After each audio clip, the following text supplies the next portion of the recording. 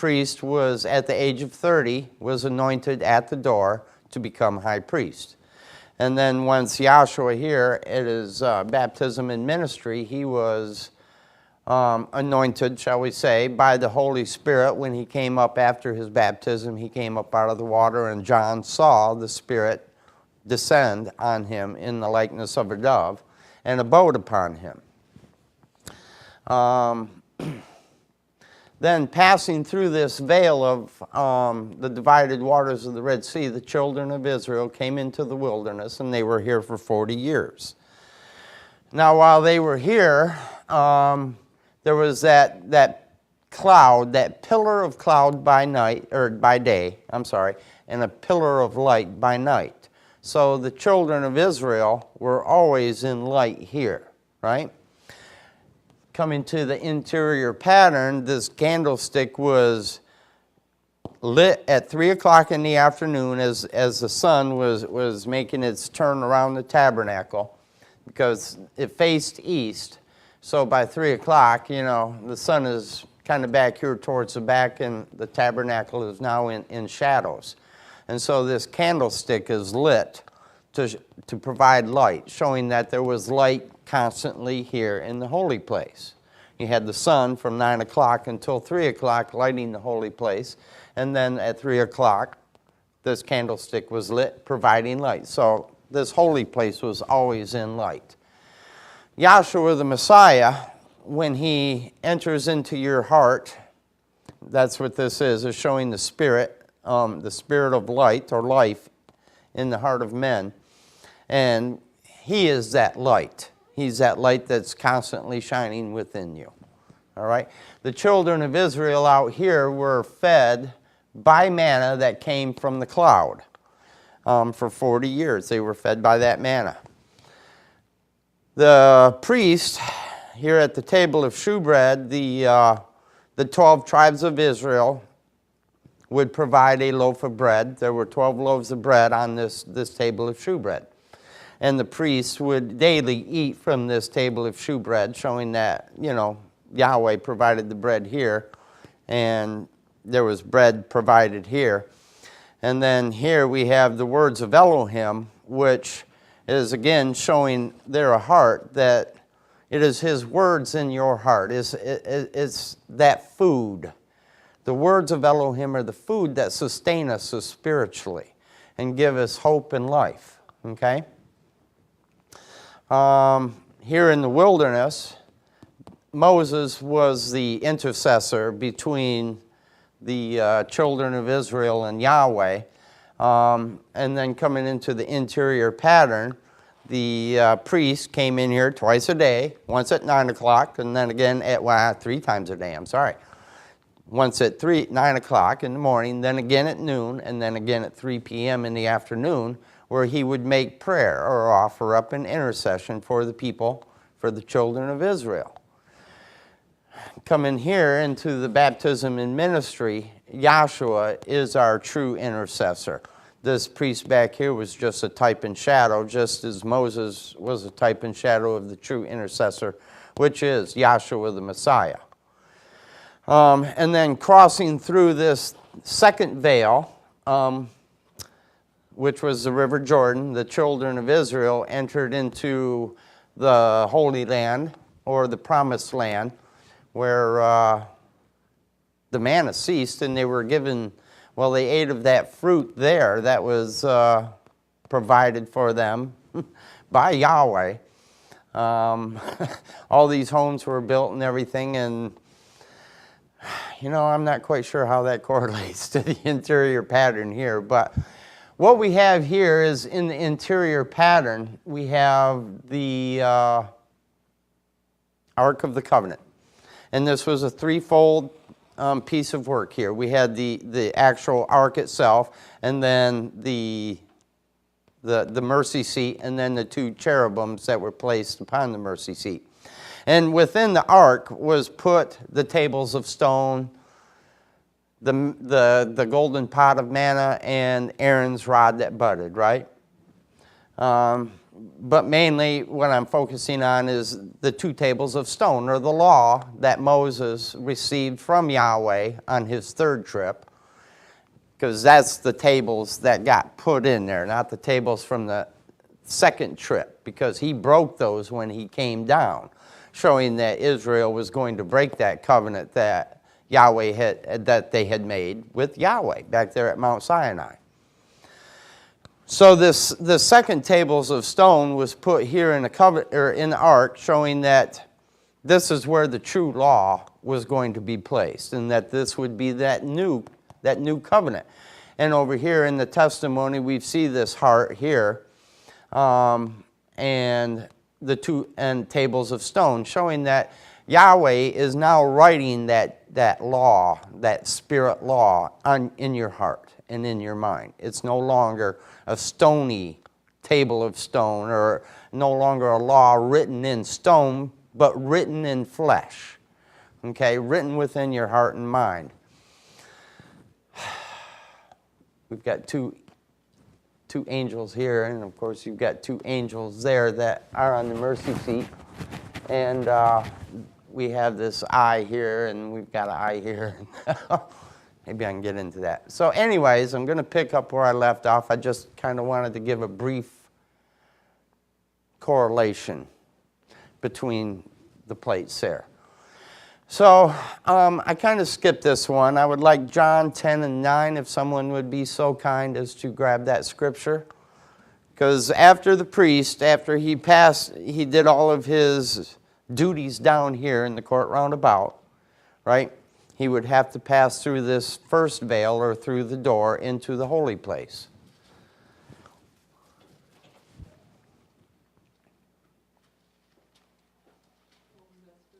Ten and 9, John.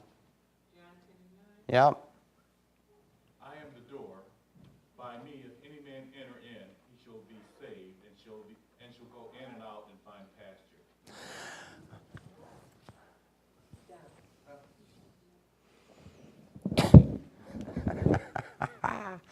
All right. Read that again for us, Don, if you would. I am the door. By me, if any man enter in, he shall be saved, and shall go in and out and find pasture. Okay, so Yahshua, that's Yahshua speaking to his disciples, and he's telling them that he is the door, and that if any man enter in, he's going to find green pasture. Well, back here in the migratory pattern, the children of Israel actually had to exit out this door to start a new life. In the wilderness, when they put the 4 points of blood around the door. And this was the door that they did exit out of to start a new life. And then, of course, they passed through that door that Yahweh had made for them when he divided the waters of the Red Sea. And they passed through through those divided waters into the wilderness. And then that door was shut on the Egyptians as they tried to follow them through. They weren't allowed in. So, again, the priest, he had to be, after being anointed and performing the sacrifices and washing, he could enter through that door. And just as believers in Yahshua the Messiah, he is the door. And when he opens that door for you to enter in, there ain't anything much better than that, I can tell you. So, let's get John 16, 13 through 15, please, and 1 Corinthians 2, 9 through 10. 1 John 16 and 13 through what? 15.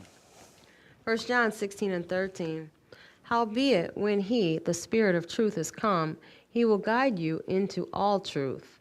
For he shall not speak of himself, but whatsoever he shall hear, that shall he speak. And he will show you things to come.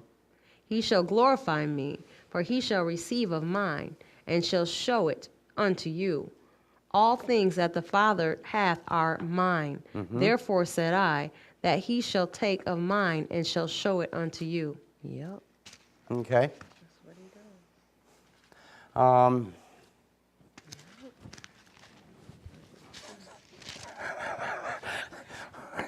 1 Corinthians 2, 9 through 10. 1 Corinthians 2 and 9. Uh-huh. But it is written, eye hath not seen, nor ear heard, Okay. neither have entered into the heart of man the things which Elohim hath prepared for them that love him. But Yahweh hath revealed them unto us by his Spirit. For by the Spirit, through what? 10. Was that 2 through? 9 and 10. 9 and 10. But Yahweh hath revealed them unto us by his Spirit, for the Spirit searches all things, yea, the deep things of Yahweh. Okay, so a carnal-minded person can't see the things that Yahweh is going to show them, right? He has to put that light within you so that he can reveal those things. And of course, that light is Yahshua the Messiah. And then it is Yahshua the Messiah, that true light, that is going to reveal the good things that Yahweh has in store for us. All right? Let's go to the table of shewbread here, which would be the words of Elohim. There's quite a few here. So let us start with Deuteronomy 8 and 3, and Amos 8 and 11. Actually, hold the Amos. And I mean, I am going to want it, but Deuteronomy 8 and 3.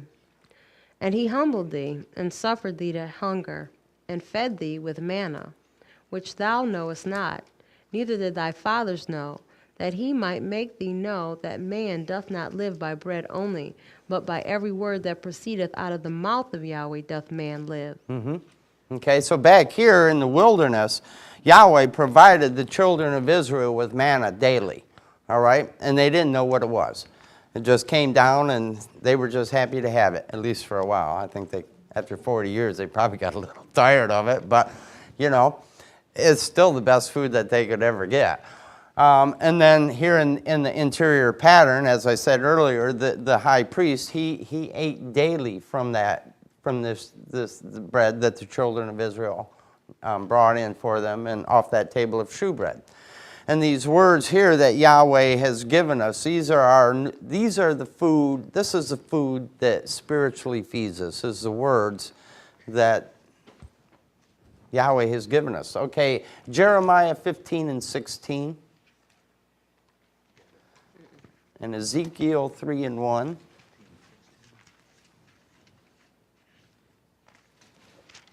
You got it. The words, that was 15 and 16? Correct. Thy words were found, and I did eat them. And thy words was unto me the joy and rejoicing of mine heart.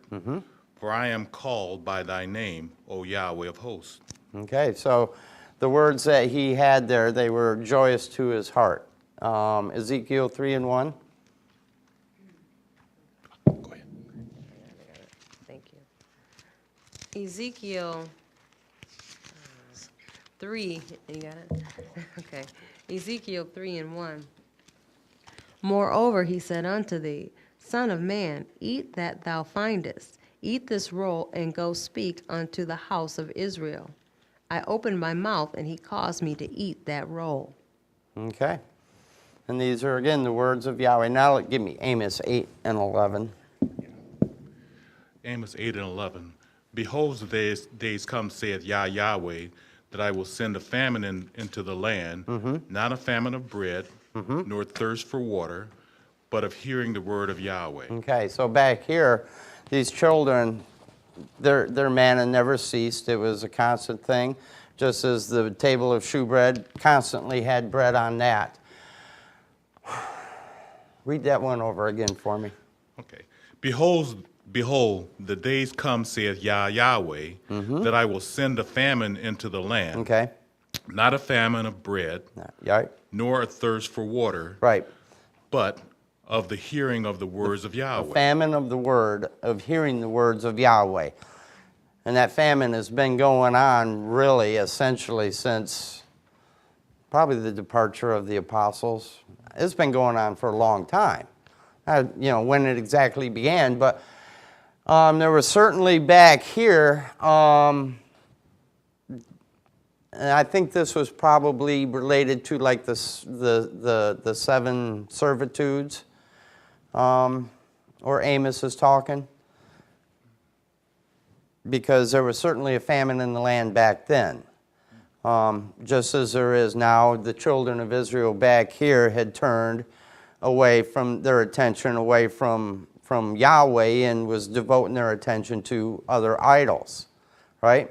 Actually, it was kind of up here, but that's what they did, was they turned their backs on Yahweh, and so Yahweh, kind of caused a famine, just as today is going on. We have a famine of the true word that is going on because everybody is being led by the teaching of today's doctrine, which is Jesus Christ for the most part. I mean, outside of this classroom. Not talking in here, obviously. But out there is a true famine of the word because they're not getting the exact truth. They're just getting bits and pieces of it. It's just like we'll throw them a little tidbit of something they like. And then when we give them something they don't like, well, what we gave them that they liked will kind of, ease over. Hide that other taste, so to speak, So that's the famine that we have going on today, is the famine of the true names, Yahweh and Yahshua. They are unknown. Well, I won't say they're unknown. They're not being used. And so the people out there that go to the churches are not being fed the true word of Yahweh. Isaiah 28, 9 and 10. Isaiah 28 and 9. Whom shall he teach knowledge? And whom shall he make to understand doctrine? Right. Shall he make to understand doctrine? Them that are weaned from the milk and drawn from the breast.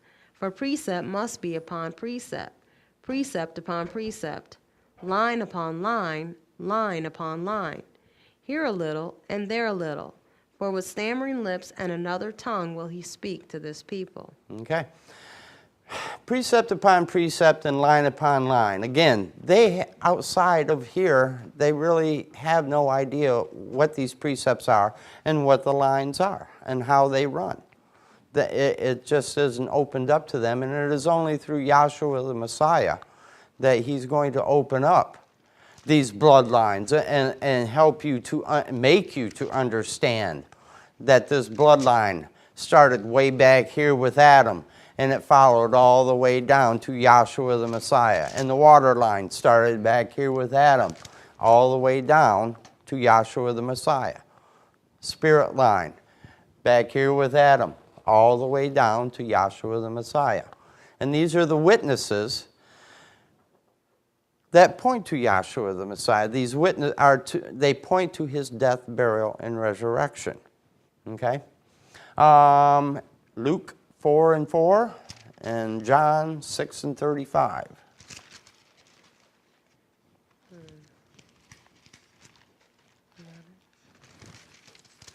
Luke 4 and 4. And Yahshua answered him, saying, It is written that man shall not live by bread alone, but by every word of Yahweh. What was the other one? What was the other one? The other one was John 6 and 35. And it's by the word of Yahweh that it is by Yahweh's grace that we are even able to do anything at all. Period. It is by his grace we're able to read, write. It's by his grace that we are even able to breathe. Okay, go ahead. John 6 and 35. John 6 and 35. And Yahshua said unto them, I am the bread of life. He that cometh unto me shall never hunger, and he that believeth on me shall never thirst. Okay, so Yahshua said that he is the bread of life, and if you come unto him, you will never hunger and you will never thirst, because he will constantly feed your soul. He will constantly feed you for the things that you need to get by. Not just in this world, but in the one to come, in the next age to come. 1 Corinthians 5 through 8, and Hebrews 6, 4 through 6. Hebrews 6 and 4 through 6. Do you want that second? No, it doesn't matter. Okay. For it is impossible for those who were once enlightened and have tasted of the heavenly gift and were made partakers of the Holy Spirit and have tasted the good word of Yahweh and the powers of the world to come, if they shall fall away, to renew them again unto repentance, seeing they crucify to themselves the Son of Yahweh afresh and put him to an open shame. All right, let's start that one over again, please. Hebrews 6 and 4 through 6. For it is impossible for those who were once enlightened and have tasted of the heavenly gift and were made partakers of the Holy Spirit and have tasted the good word of Yahweh. Okay, I'm going to stop you right there. So once you've tasted this good word that Yahweh has provided for you, provided for us, going back out there and trying to eat the food that they're feeding in those other churches, it just is not going to taste the same. You know, it's going to be like, well, for me, it'd be like eating Parmesan cheese. You know, something I just totally hate. Can't stand it. It tastes like baby throw up. And I have a basis for comparison, believe me. Yeah, how do you know? So, I'll tell you the story sometime, but I do have a basis for that. Go ahead, continue. You want foreign. And that's not something you want to eat. For it is impossible for those who were once enlightened and have tasted of the heavenly gift and were made partakers of the Holy Spirit and have tasted the good word of Yahweh and the powers of the world to come. And there's power in that word. Go on. If they shall fall away, to renew them again unto repentance, seeing they crucify to themselves the Son of Yahweh afresh and put him to an open shame. So, if you're leaving here and you're going back out to that other church, you're putting Yahshua to an open shame, because now you're going to start accepting those doctrines out there that they're preaching. You're going to start doing the water baptism again and going out and having Lord's Supper and whatever else out there, tithing, you know, none of those things, they were all put to rest for us. And if you go back to that, coming back to this might be a little difficult for you. You might not make it back. Hopefully you do. Hopefully you do. Hopefully you don't like what they're feeding you out there. All right, Revelation 10. Oh, no, 1 Corinthians. I'm sorry, Don. 5. I know you got it.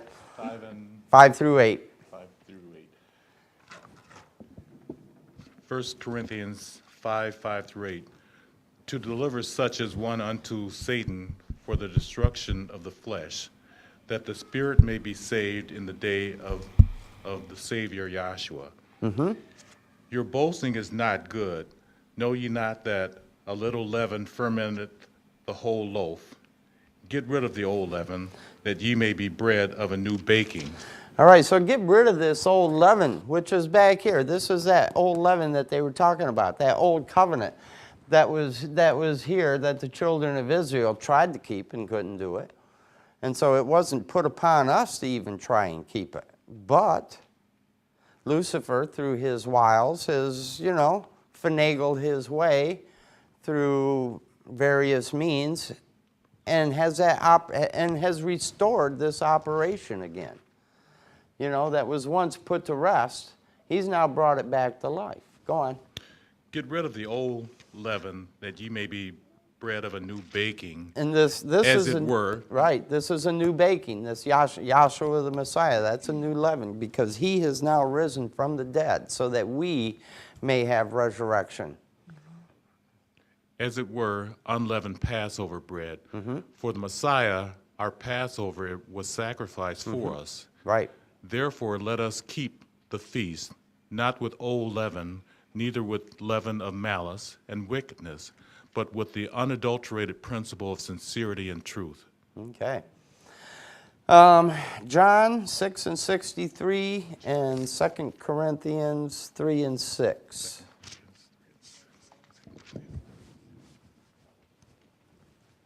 John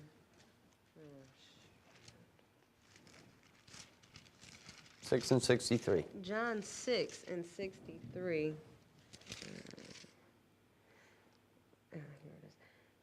It is the Spirit that quickeneth, the flesh profiteth nothing. The words that I speak unto you, they are spirit, and they are life. Life.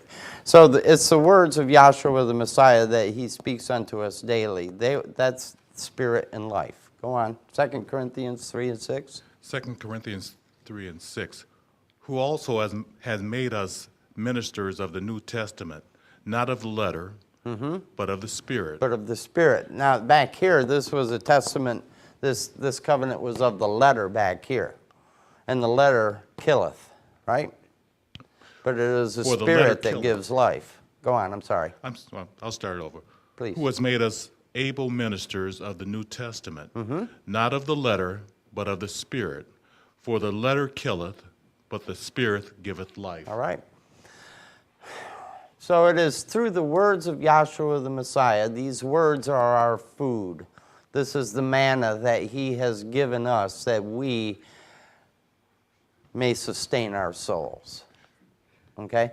Now here, as I said, Moses was the intercessor back here with the children of Israel and Yahweh.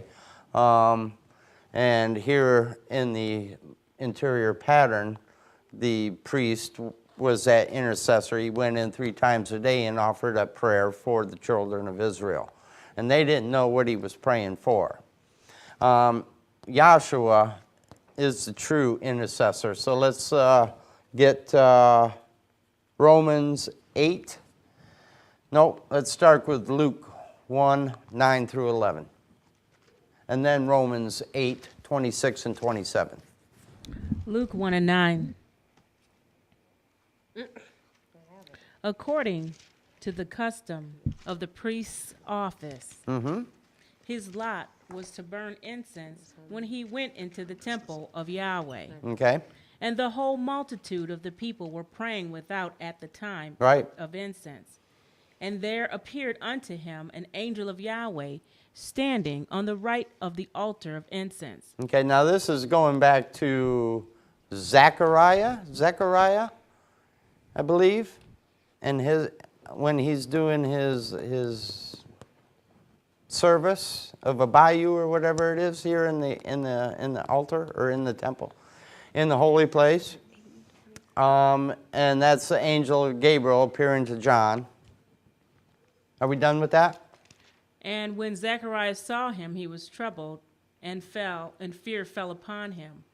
But the angel said unto him, Fear not, Zacharias, for thy prayer is heard. And thy wife Elizabeth shall bear thee a son, and shall call his name John. Okay, so this is showing that Zacharias back here had been praying to Yahweh because his wife was barren. And so he was praying that, that they would have a child. And so as Gabriel had told him, his prayer was heard. Yahshua, hearing that prayer, became the intercessor and allowed his wife, sorry, I don't remember her name, but allowed her to get pregnant. So opened up her womb. Okay? So he was that intercessor between Yahweh and Zacharias. Go ahead, Romans 8, 26 and 27. I'm trying to get through these quick and step Romans down. 8 and 26. Likewise, the Spirit also helpeth our infirmities, for we know not what we should pray for. So we don't as know what ought. to pray for. Just as the children out here that were camped around this tabernacle, they had no idea what that priest was going in there praying for 3 times a day. Go on. For we know not what we should pray for as we ought, but the Spirit itself maketh intercession for us with groanings which cannot be uttered. So we don't know what we should pray for, but it is Yahshua the Messiah, that Spirit within us, that makes the prayers for us, that provides that intercession between us and Yahweh. Hebrews 7 and 25, and 2 Timothy 2 and 5. 2 Timothy 2 and 5. For there is one Yahweh, and one mediator between Yahweh and men, So there's only one Yahweh, only one mediator between Yahweh and men, the man, Yahshua the Messiah. the man Yahshua the Messiah. That's right. Got that, Hebrews Hebrews 8 and 5. 7:25. Hebrews 7:25. Wherefore he is able also to save them to the uttermost that come unto Yahweh by him, seeing he ever liveth to make intercession for them. So it is only Yahshua the Messiah and through his intercession that he can provide life for us. Read that over for me. I kind of... Wherefore he is able also to save them to the uttermost Okay. that come unto Yahweh by him. All right, he's able to save the scummiest person on this world. That's the truth. You know?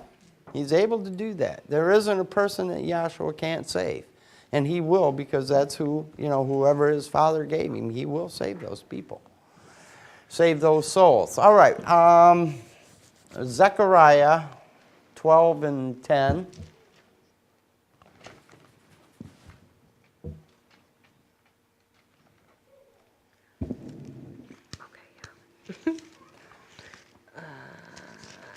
Zechariah 12 and 10. And I will pour upon the house of David and upon the inhabitants of Jerusalem the spirit of grace and of supplications, and they shall look upon me, whom they have pierced, and they shall mourn for him, as one mourneth for his only son, and shall be in bitterness for him, as one that is in bitterness for his firstborn. Okay? So that's Yahshua the Messiah, because they let's start it over again. And I'm going to interrupt you as you're going. So, 12 and 10, where was yeah, Zechariah 12 and 10. Okay. Zechariah 12 and 10. And I will pour upon the house of David. Okay. Sorry. He will pour out upon the house of David and the inhabitants of Jerusalem. Go on. The spirit of grace The spirit of grace, which is Yahshua the Messiah. and of supplications. Uh-huh. And they shall look upon me, whom they have pierced. And so he was on this cross, and you can see here that they've got that little spear showing that he was pierced. And he's, even though they pierced him, he's still going to pour out that spirit of supplication for him. Go on. And they shall mourn for him, as one mourneth for his only son. Right. And shall be in bitterness for him, as one that is in bitterness for his firstborn. Right. In that day shall there be a great mourning in Jerusalem, as the mourning of Hadadrimmon in the valley of Megiddo. Okay. 1 Thessalonians 5 and 17 and Romans 8 and 34. Look at Romans.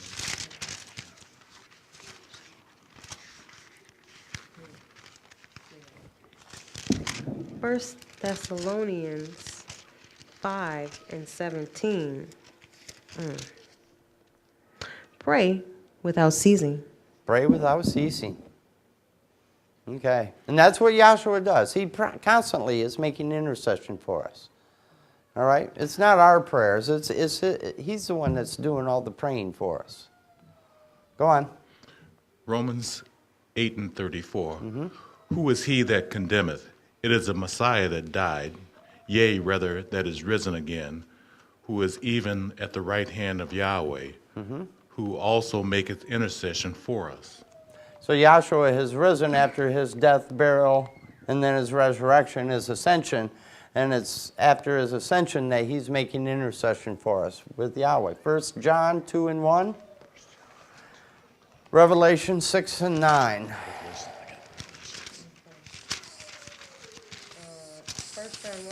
First John 2 and 1. 1 John 2 and 1.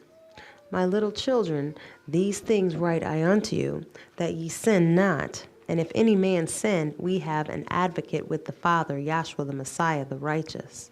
Okay, so he's asking you not to sin not, but if you have sinned, you have an advocate who is Yahshua the Messiah. And of course, once you have that Holy Spirit, you don't really have to worry about sinning because he will not allow you to sin against Yahweh. Revelation. Revelation 6 and 9. And when he had opened the fifth seal, I saw under the altar the souls of them that were slain for the word of Yahweh and for the testimony which they held. Okay, so he saw the the slain, and they're waiting there under the altar of incense, waiting for that day of judgment or for the universal revelation of Yahshua the Messiah. What was that? And they cried. You want me to continue, or Well, I would lost what we're in Revelation 6 It's and okay. 9. Sorry, thanks. You want me to pick it up again? Yeah, no, just keep on going. And they cried with a loud voice, saying, How long, O Yahweh, holy and true, doest thou not judge and avenge our blood on them that dwell on the earth? Okay, and last one will be Revelation 8 and 3.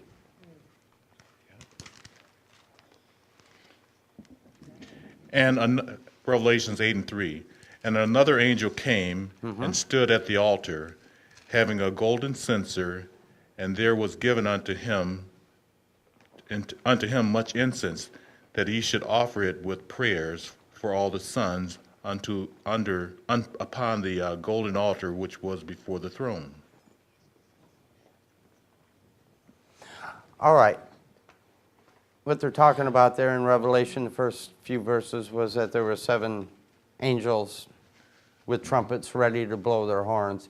And then another angel appeared with, and go ahead, start that over. And I'm going to another- want you to go a couple verses down beyond that. And another angel came and stood at the altar, having This a is Yahshua golden the censer. Messiah standing at that altar, just like the high priest was at this altar with his golden censer full of incense. Go on.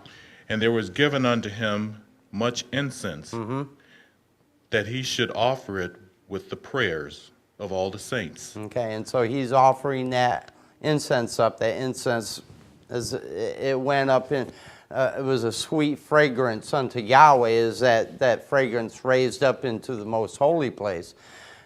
Just as the words of Yahshua are a sweet fragrance to Yahweh when he's making intercession for us. All right? With that, I'm going to say, all praises go to Yahshua the Messiah. Hallelujah.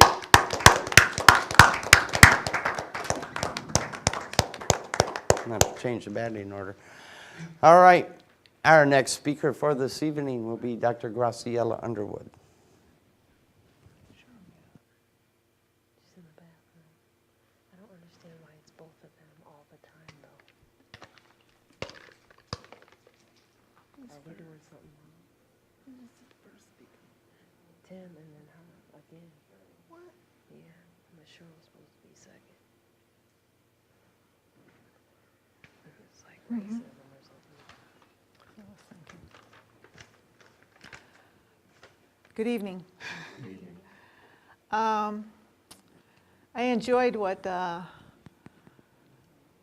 McNamara was going through with regard to having us go through these scriptures, because I know that's something we don't look at, often, and it's not something, a line that we necessarily pick out on our own, but it's always beautiful to see that, the things that we heard from the beginning, which is basically that everything goes according to this tabernacle pattern, and that Yahshua Messiah came in to fulfill according to this tabernacle pattern, that you can see that correlation between these two plates and also between this plate also, in that, as was stated by the previous speaker, you've got that blood, and then we know that Yahshua Messiah, he gave up his blood, and then you've got the water, and then we know that, he came in and he's that living water, but he also physically got water baptized, and he physically gave up his blood.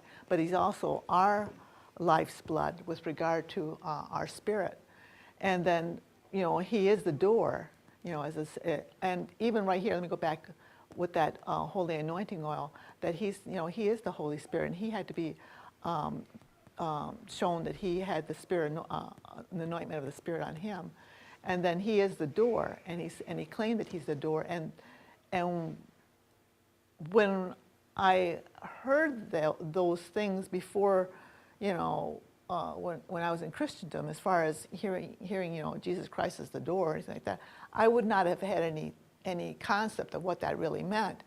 But Dr. Kinley has shown us, by coming back and going to the law and the testimony, he's shown us some things that we didn't, in Christendom, I'll say, when we were there, we had no understanding of.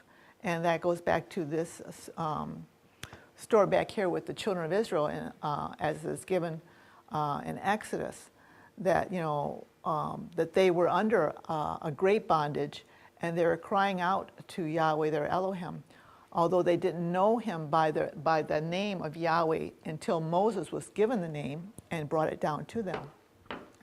But by the outpouring of that ninth plague, which was the plague of darkness,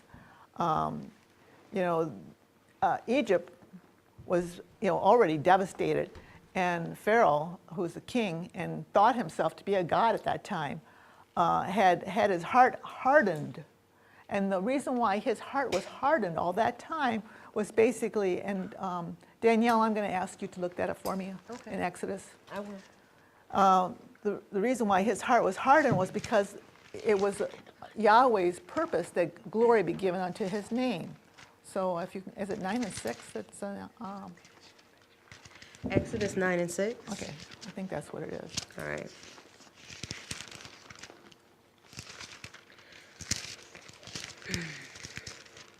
Exodus 9 and 6. Trying to find it here. Hold on a second. And Yahweh did that thing on the morrow, and all the cattle of Egypt died, but the cattle of the children of Israel died not Okay. one. No, that's not what I want. 7. And Pharaoh sent, and behold, there was not one of the cattle of the Israelites dead. And the heart of Pharaoh was hardened, and he did not let the people go. Okay. So after each plague, his heart was hardened. But what I really want is I want the scripture where Yahweh is telling that.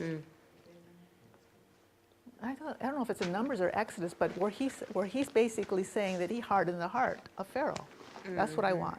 So if you can take time and find that, because I want that point.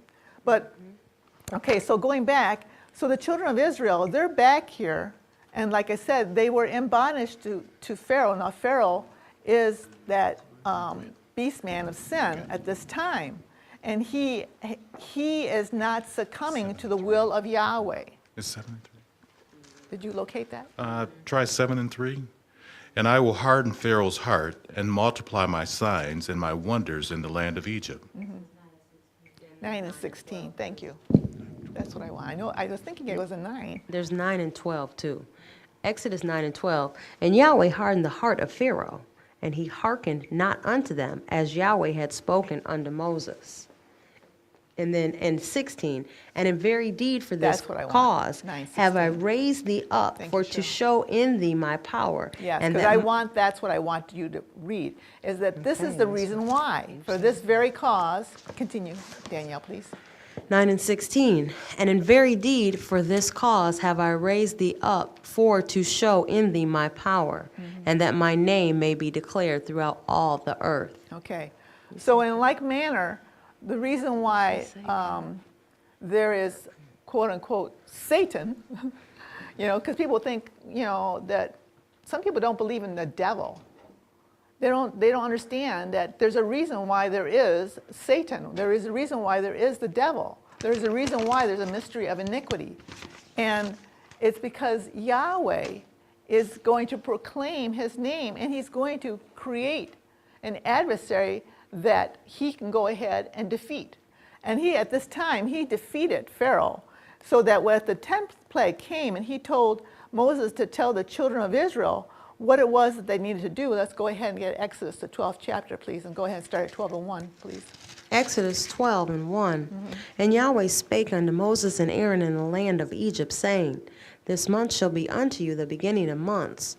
It shall be the first month of the year to you. Okay. Now, also in Exodus, I think it's also later in 12, but it's also in Deuteronomy, he actually identifies that month as being Abib. I'm not going to ask you to get that, but it is in there. So continue, Danielle. Speak ye unto all the congregation of Israel, saying, In the 10th day of this month they shall take to them every man a lamb according to the house. Okay, so every man has to take a lamb according to the house on the 10th day. Now, what are they going to do with that lamb? Go ahead. To the house of their fathers a lamb for an house. And if the household be too little for the lamb, let him and his neighbor next unto his house take it according to the number of the souls. Continue. Every man according to his eating shall make your count for the lamb. Your lamb shall be without blemish, a male of the first year. Okay, now we're going to hear the requirements of that lamb before we find out what it is that they're going to do with the lamb. We're still waiting to find out what they're going to do with the lamb. But right now we're going to find out that this lamb has to be without spot, without blemish, a male of the first year. Continue. Ye shall take it out from the sheep or from the goats. They could take it from the sheep or the goats. Go ahead. And ye shall keep it up until the 14th day of the same month. Okay, so on Abib the 10th, they took out this lamb, and then they held it over, doing this examination process, until Abib the 14th. Continue. And the whole assembly of the congregation of Israel shall kill it in the evening. Now it says there that the whole assembly of the congregation had to kill it. Now it specifically says it that way because guess what? When it comes to Yahshua Messiah, they all cried out, crucify him, crucify him. And that's in fulfillment. What we're going to find out is that everything that we're reading back here is pointing to the Messiah, and he's going to fulfill everything jot and tittle. He was a male of the first year. He was the firstborn of Yahweh, okay? And he was without spot and blemish. He did not have any sins, okay? So continue, Danielle. And they shall take of the blood and strike it on the two side posts and on the upper doorposts of the houses. Now, I'm going to be interrupting you because, you know, things come back to our remembrance, how that we recall that it's through this divine vision and revelation that Dr. Henry Clifford Kinley was given by Yahweh, direct from the Creator, Yahweh, who revealed to him the things that other people have yet to understand. They were not going on the outside of the houses and painting blood on the doors. They were inside their homes, and they had to strike the lintel and the two side posts from that basin of blood that was drained from that lamb. And the reason why they had to do that is because it's going to point to Yahshua Messiah, who's the true Lamb of Yahweh. Continue, Danielle. And they shall take of the blood and strike it on the two side posts and on the upper doorposts of the houses. So that's that door that they're doing it on. So when Yahshua says, I am the door, he's talking about, you know, fulfillment as well as the fact that he really is the door. The only way that you can come to the Father is through him. Continue, Danielle. Wherein they shall eat it. And they shall eat the flesh in that night, roast with fire and unleavened bread, and with bitter herbs they shall eat it. Now, it tells you what they had to have. Roasted lamb, bitter herbs, and, continue, Unleavened, and unleavened bread, correct? Did you read that already? and with bitter herbs they shall eat it. Eat not of it raw, nor sodden at all with water, but roast with fire, his head with his legs, and with the purtenance thereof. And ye shall let nothing of it remain until the morning. And that which remaineth of it until the morning ye shall burn with fire. And thus shall ye eat it, with your loins girded, your shoes on your feet, and your staff in your hand. And ye shall eat it in haste. It is Yahweh's Passover. So that was what Yahweh called his Passover. And the reason why they had to do that was that if they did not do that, because this is regarding the 10th plague, as was stated earlier, their firstborn son, their physical firstborn son, would die. Any household that did not follow this requirement, exactly the way that it was specified, everything that was included in what was just read, if they didn't do that, their firstborn son died. So that included the Egyptians. The Egyptians had death in their families. That included the animals. Even the firstborn of the animals died.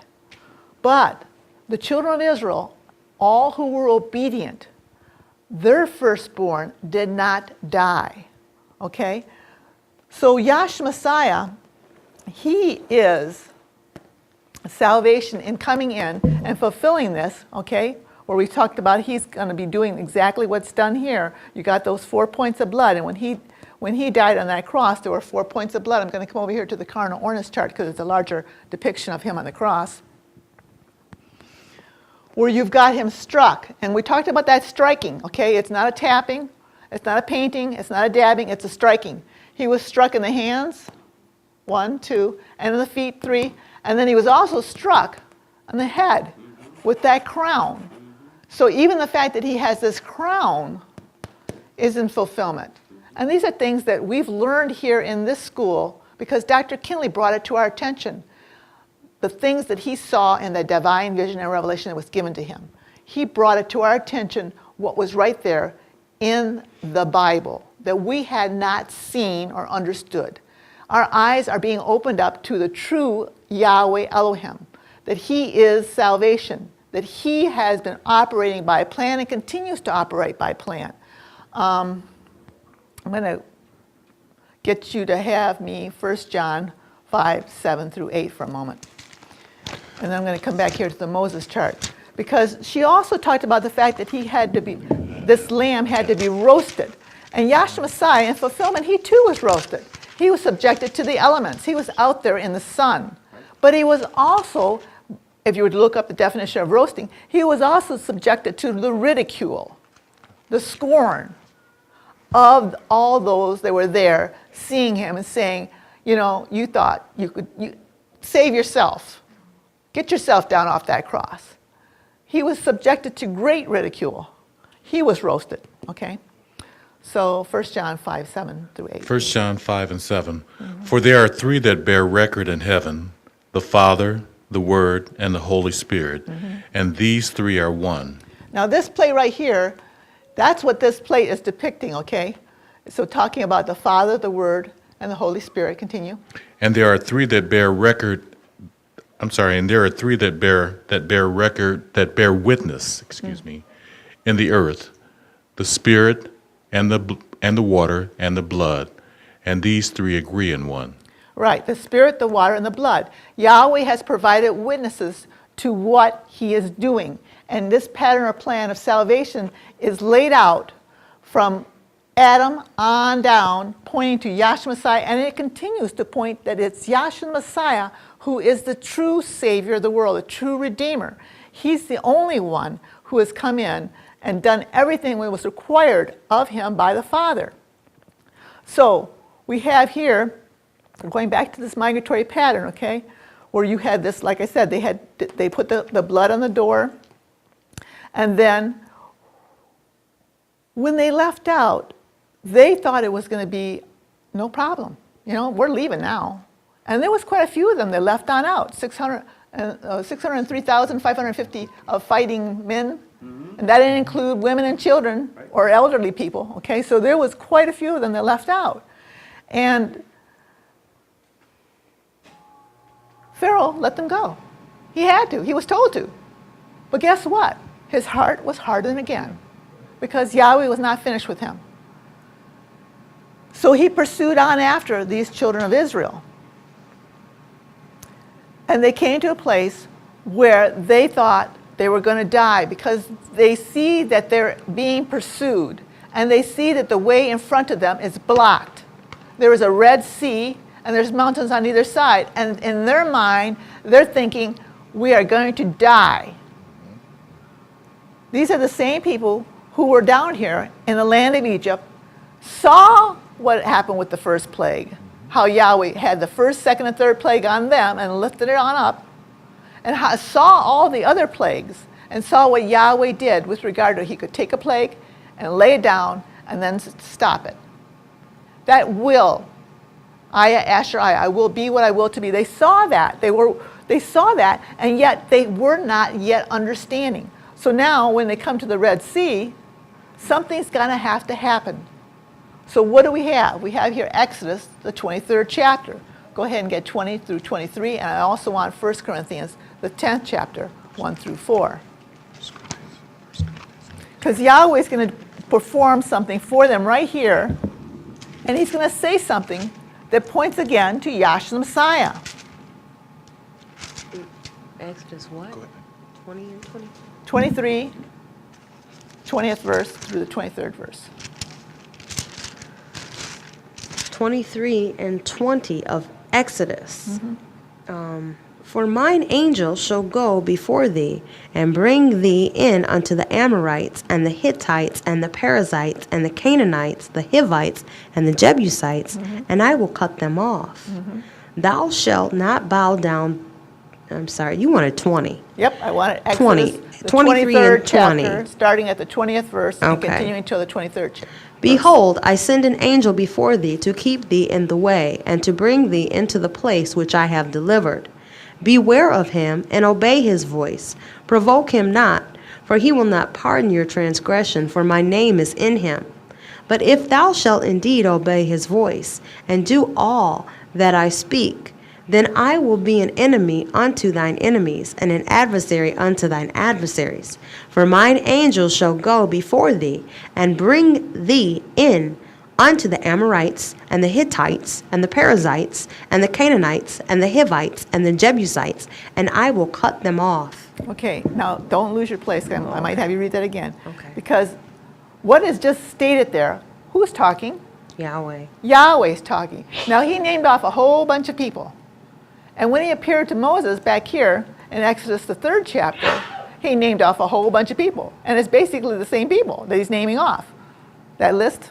You want to go through that list one more Yep. time? For mine angel shall go before thee, and bring thee unto the Amorites, and the Hittites, and the Perizzites, and the Canaanites, and the Hivites, and the Jebusites, and I will cut them off. He was going to cut them off.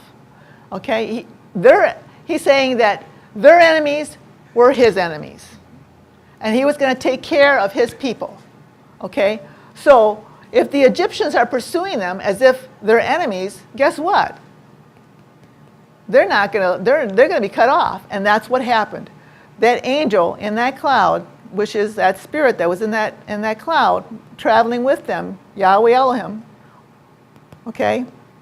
He is the one who had that Red Sea open on up. Now I want you to actually read word you'll have to find it, but I want it read about that part where he opens up the Red Sea.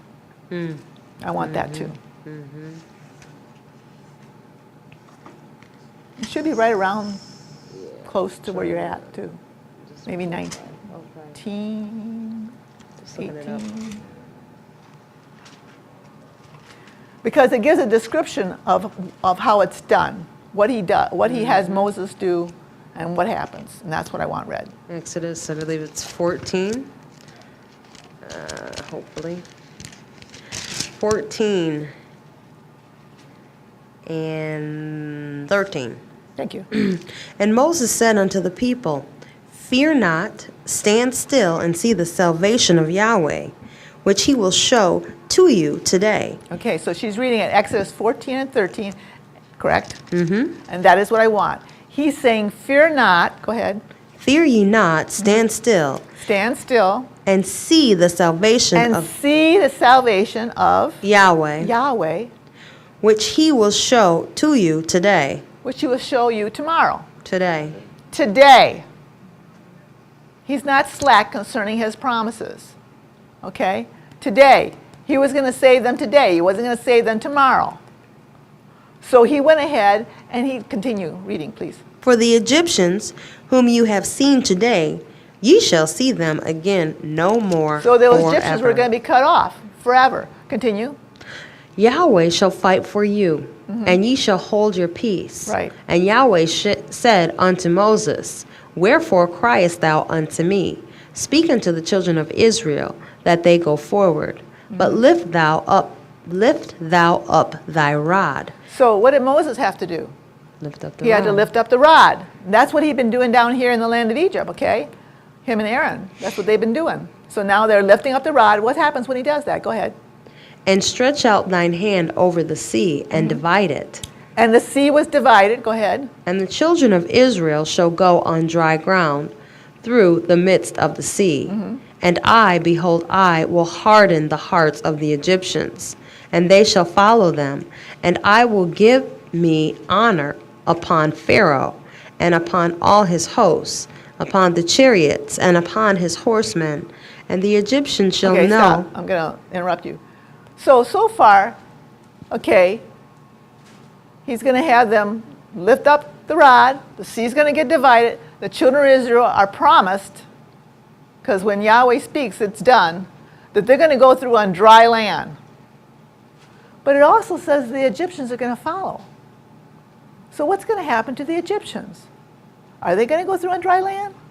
Continue. And the Egyptian, no, let me go back up. And I, behold, I will harden the hearts of the Egyptians. And that's the only way they were going to follow us, because they were hardened. Their hearts were hardened. So they were in hot pursuit and kept in hot pursuit. You know, they must have been tired by then too. Go ahead.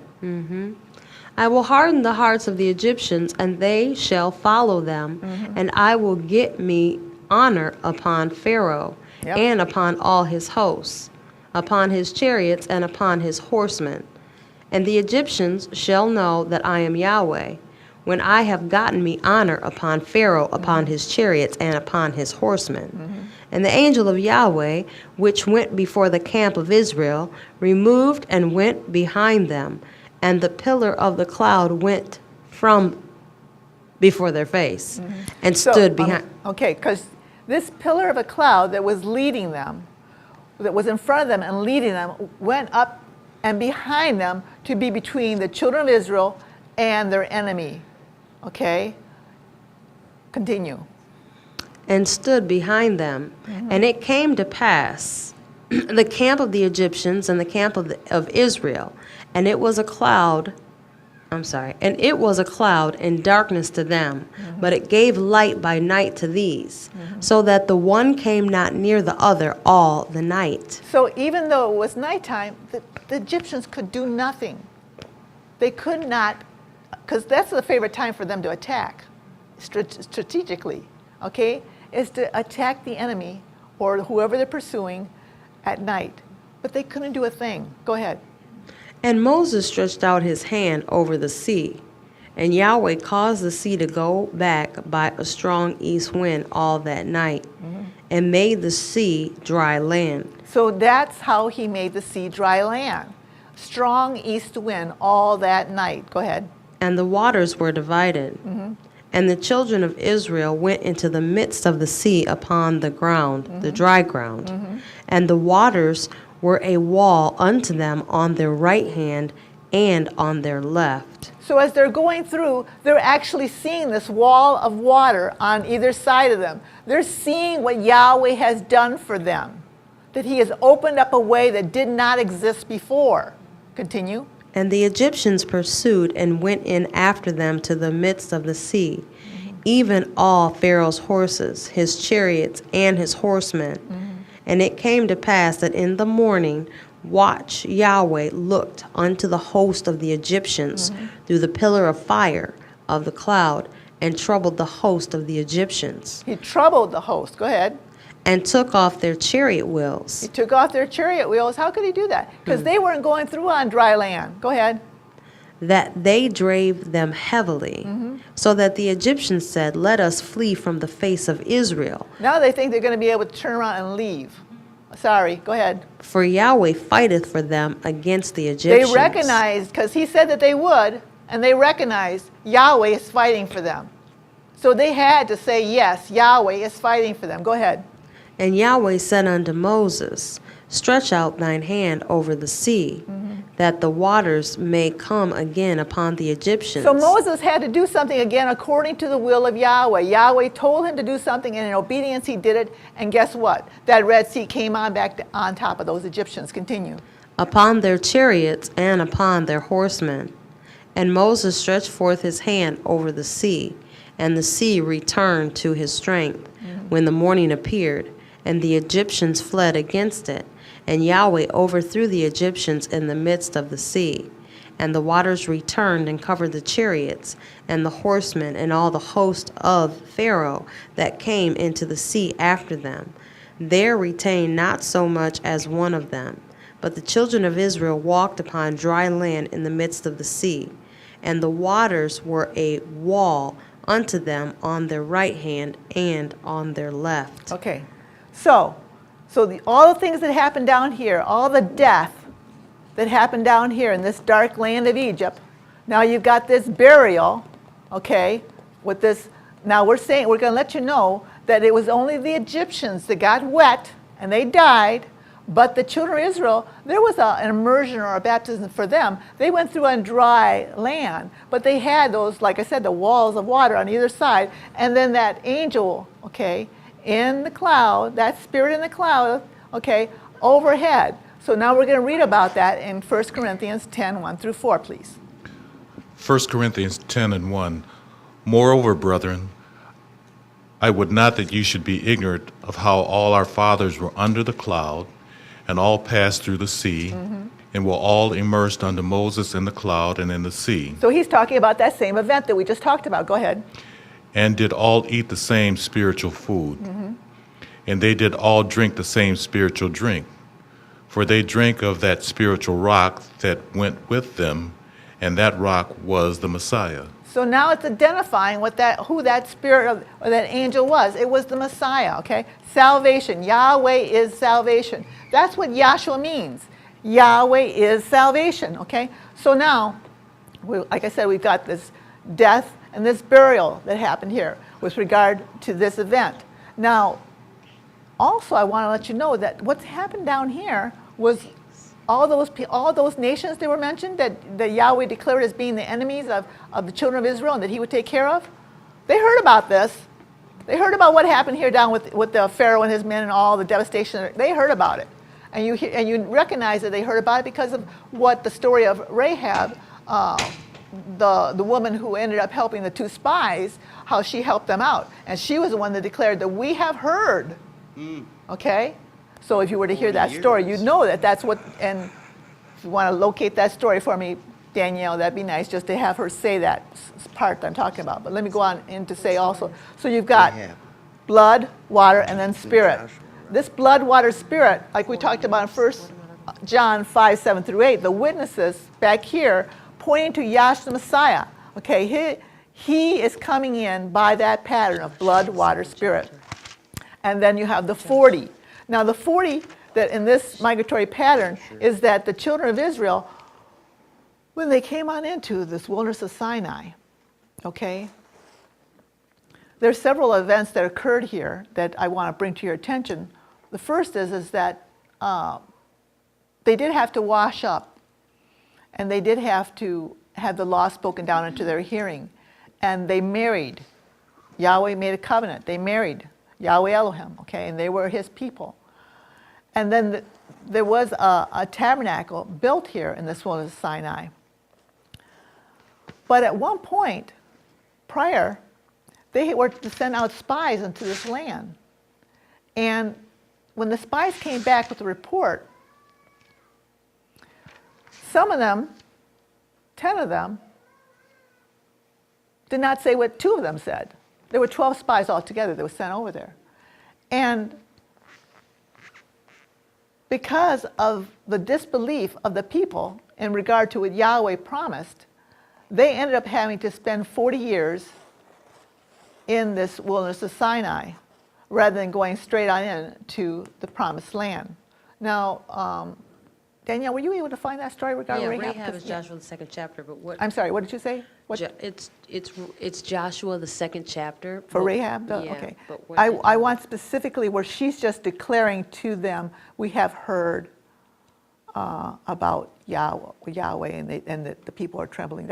I'm not good at verbalizing quotes, but 2 and 9, he says, Joshua 2 and 9. And she said unto the men, I know that Yahweh hath Yes. given you the land, yes, that's what I want. and that your terror is fallen upon us. See, she knows that Yahweh has given this land that she's living in to these foreigners, the children of Israel. And she knows, okay, this because, can we pick it up again, please? Okay. And she said unto the men, I know that Yahweh hath given you the land, and that your terror is fallen upon us. So people are afraid because of these children of Israel. Why? Because they are the chosen people of Yahweh, and Yahweh is fighting for them. That's why they're afraid. Continue. And that all the inhabitants of the land faint because of you. All the inhabitants faint because of you people. Continue. For we have heard now They heard. Go ahead. how Yahweh dried up the water of the Red Sea for you, How Yahweh dried up this water of the Red Sea for his people. Continue. when ye came out of Egypt, When you came out of Egypt. Continue. and what ye did unto the 2 kings of the Amorites, And meanwhile, the 2 kings of the Amorites were defeated before they've come in to spy out this land. Go ahead. that were on the other side Jordan, Sihon and Og, whom ye utterly destroyed Utterly. Do you know what utterly destroyed completely. means? Nothing left. When Yahweh said to them to go in and take the land, they were not to leave even a child or a baby. Anything. Yahweh got mad at the king of David. Was it? Excuse me if I'm remembering my story correctly. Not King of David. I think it's Saul. King Saul. He got mad at King Saul because King Saul decided to save some stuff for himself when Yahweh told him to utterly destroy. And Saul's excuse was, well, I was going to offer you up sacrifices. And he basically did not understand what utterly destroy means. Now, if you take what's happening back there, because these are types and shadows, and we have to look at the reflection. We have to look at the spiritual reality. That's why it's important for us to recognize the aims of this school, okay, and what's in those aims, and how that Dr. Kinley had those aims set up specifically so that we would understand that there are things that we have to let go of. They have to be utterly destroyed, and we have to come unto Yahweh wholeheartedly, letting go of thus saith Graciela, regarding whatever thus saith Graciela, you know? So, okay, Danielle, where are you again? 11. And as soon as we had heard these things, our hearts did melt, neither did there remain any more courage in any man, because of you, for Yahweh your Elohim, he is Yahweh in heaven above and in earth beneath. Now therefore I pray you, swear unto me by Yahweh, since I have showed you kindness, that ye will also show kindness unto my father's house, and give me a true token, and that ye will save alive my father and my mother and my brethren and my sisters and all that they have, and deliver our lives from death. And the men answered her, our life for yours, if ye utter not this our business. Okay, now hold it. I'm going to have you skip a few verses and look for something. But basically what it boils down to, now she's asked for their word, their promise that they will save her and her family, because she recognizes that Yahweh is going to utterly destroy anybody there. So the only thing that she can do is ask for salvation of them, Yahweh's people. That they ask. She's asking them to intercede for her with their God, because that was back then. Now we know our only intercessor now is Yahshua Messiah. He's the only one who can intercede for us now. So they give their word, and they go back and they tell Joshua about her, okay? And he's saying, okay, that they will go ahead and they will save this woman. This woman has basically said that she's going to put down, I think, look where it says red. She's going to scarlet. Yeah, I want that picked up, what she is to do, so that they know where her location is. 18 and 17. I'll do 17 because it picks up. And the men said unto her, we will be blameless of this thine oath which thou hast made us swear. Behold, when we come into the land, thou shalt bind this line of scarlet thread in the window, which thou didst let us down by, and thou shalt bring thy father and thy mother and thy brethren and all thy father's household home unto thee. So it sounds like the same line of scarlet that they were saved by is the same thing that she's going to be saved by, because she's going to be showing that that's okay for them to come on out of that place. Okay. Now, what I want you to do is I want you to go to keep Daniel, you keep there, and Tim, go to Ruth. And I think what I want is actually the last chapter of Ruth, and I want you to read probably about 5 verses. What I want you to pick up is where the baby, where they're talking about the baby. And then I'm also going to want Matthew, I think, the first chapter, and where it gives the lineage of Yahshua Messiah. I might have to look that part up myself for a moment. Okay, where did you want in Ruth again? Last chapter? Let me see what you got. Yeah, I just want. Start at 17 and read through 22. Okay. And announce what you're reading from. Ruth 4 and 17. And the woman, her neighbors gave it a name, saying, There is a son born to Naomi. And they called his name Obed. He is the father of Jesse, the father of David.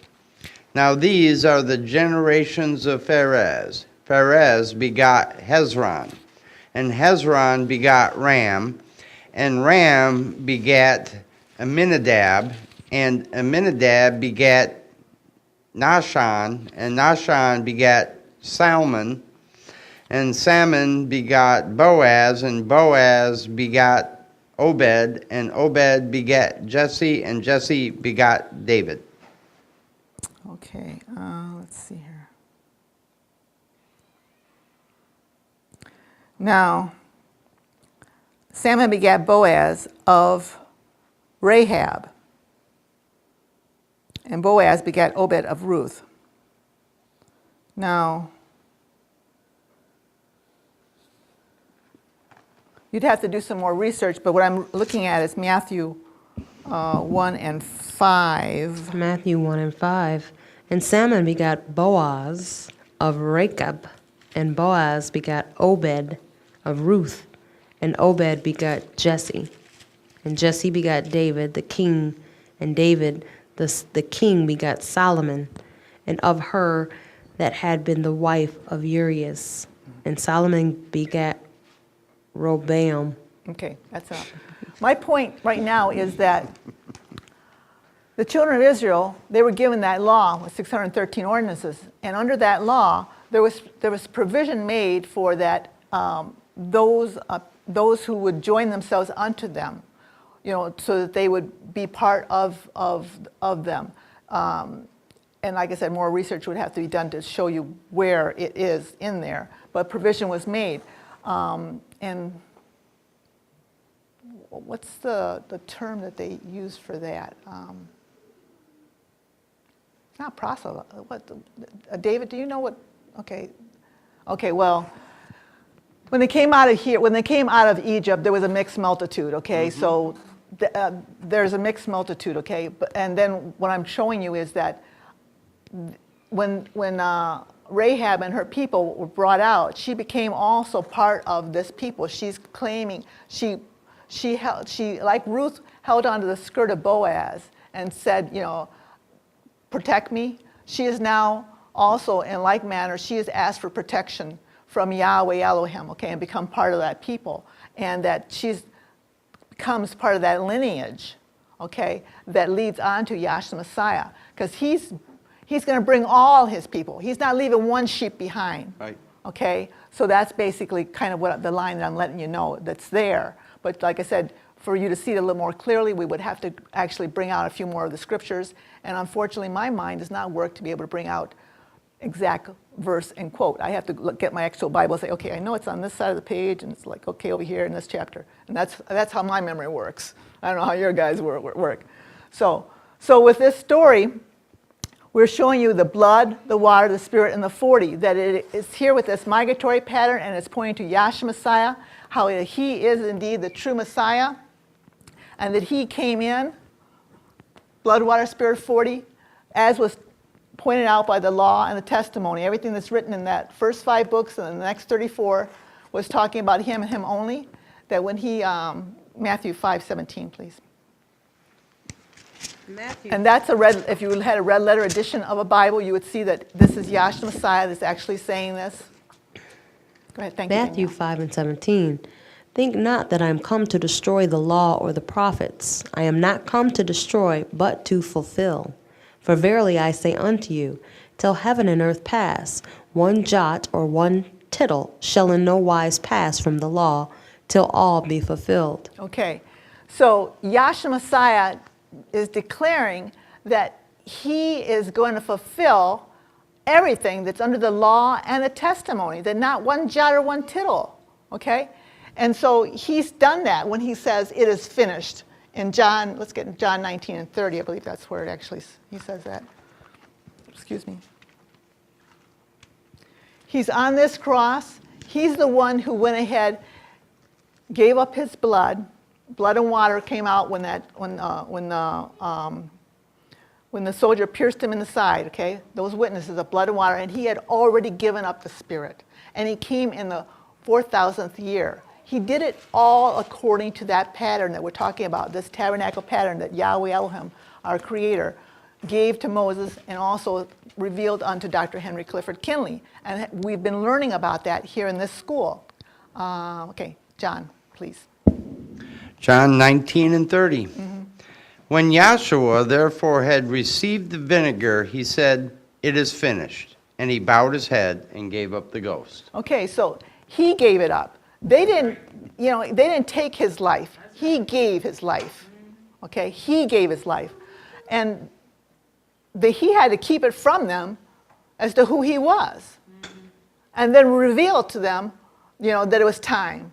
And then that's why the whole congregation said, crucify him, crucify him, just like with the Passover, where they all had to kill that lamb, because he was Yahweh's Passover lamb. So he died for our sins. And we're very thankful. Those of us who've been given an opportunity to recognize that Yahshua Messiah is the only Savior, and that Yahshua is the only name for salvation, are very, very thankful that, that he is here. He's here. He is with us. He is ever present with us as Yahshua Messiah, the Holy Spirit, in his people. He wasn't with anybody else at the time but his people. So now he is with his people. And we have been promised that this is not all there is. This physical life is not all that there is. That there is more to come. And that what the more to come is, that we cannot even imagine. And that's where I get all happy. We cannot even imagine, what's in store for us. And I just get really happy about that, because, if anybody fears anything, they fear pain. Dying, no big deal. I was talking to, my daughter, and says, I was talking about this, whatever body, just a comment. And we both laughed, because we have an understanding. We have an understanding with regard to that this doesn't mean much. Go ahead and cremate it. I don't care. I'm not one of those believers who thinks that you have to physically put my physical body in the physical earth so they can physically raise up again when the time comes. I'm not one of those. I don't believe that. And we've got the green chart over here that has a price tag on how much the minerals of this body is worth. And it's, it increases with inflation. But that's the only worth. And that still would only be according to a carnal mind and, physical stuff. Because when this is all burnt up, and some religions don't believe that the earth will get burnt up, even though your Bible states that, and you can show them plenty of places in the Bible where it states that, or Yahweh, our Elohim, is telling you that he's not going to keep it. And they still don't believe it. And they think it's going to be all, cleaned up, and we're going to, I'm sorry, that's not happening. What you need to do is be concerned about your soul. And he will take care of you. Pay attention to that, and he will take care of you. So with those words, I say hallelujah and thank you, Yahshua Messiah.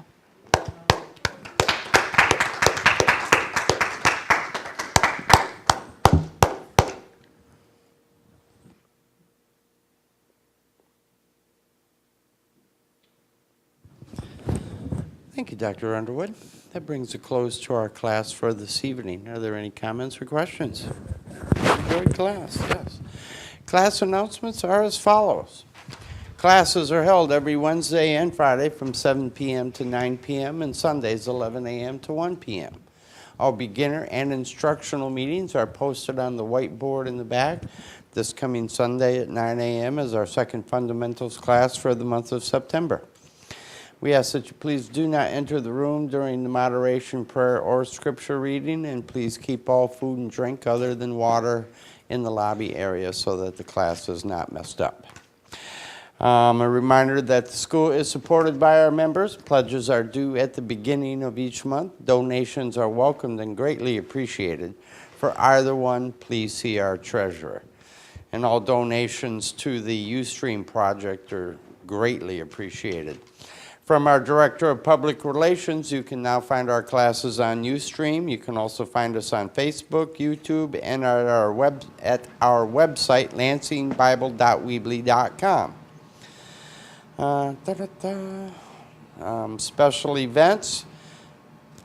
We have a meeting, officers meeting this coming Sunday, September 15th, and that will be about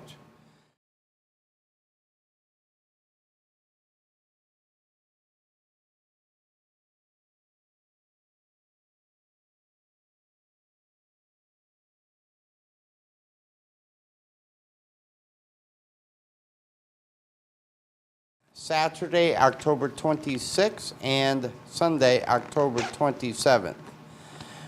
If you wish to attend this event, you need to get registered by October 1st. Northside Chicago is also having events, and that is in 2014. And that event is on April 4th through April 6th, which is a Friday through Sunday. And Vanderkamp, also for 2014, is August. That concludes our announcements for today. Let us all rise for the doxology so that we may be dismissed. I will be quoting the last two verses of the book of Jude. Now unto him that is able to keep you from falling, and to present you faultless before the presence of his glory with exceeding joy. To the only wise Elohim, our Savior, through Yahshua the Messiah, our Sovereign, belong glory and majesty, dominion and power, both before all time and now and ever. Let us all say, Hallelujah.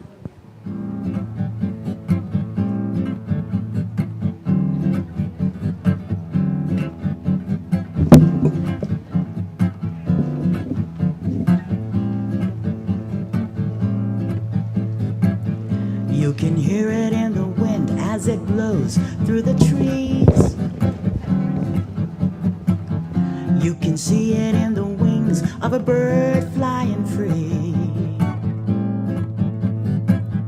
You can see it in a flower as it reaches for the sky. Every ocean praises Yahweh in overwhelming sighs. So let's sing hallelujah, let's sing hallelujah, let's sing hallelujah, let's sing hallelujah, let's sing hallelujah, let's sing hallelujah, let's sing. His creation is a masterpiece no artist could touch. Oh no, no.